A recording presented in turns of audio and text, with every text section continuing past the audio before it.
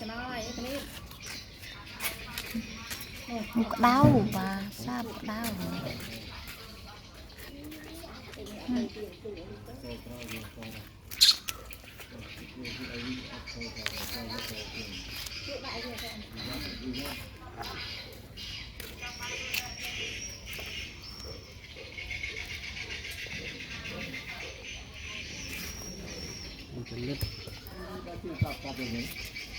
có chân chơi gì vậy đấy Thôi lịch ai đây?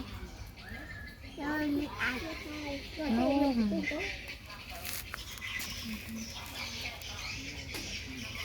anh thinh một mà dày này thôi đừng được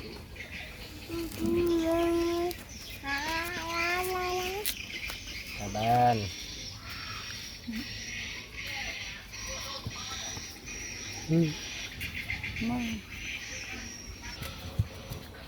bằng đai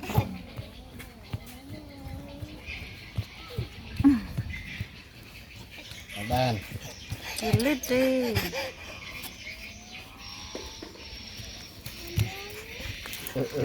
chặt chị chiếm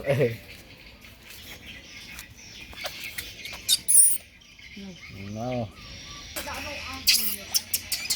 ôn tí ôn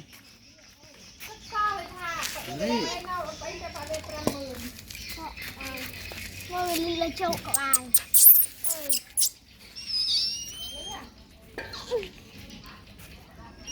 chi lựa bàn này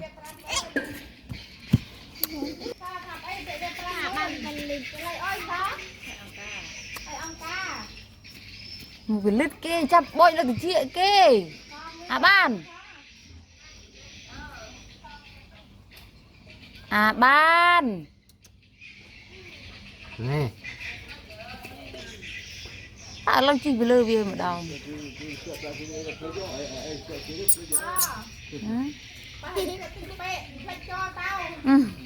cũng đánh dài play ăn cơ thì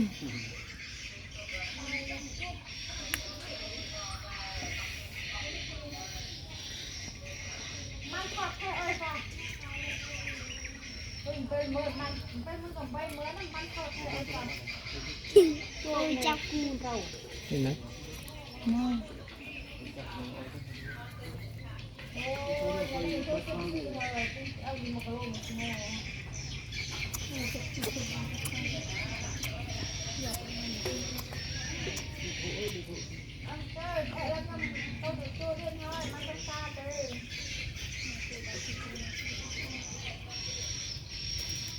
đây này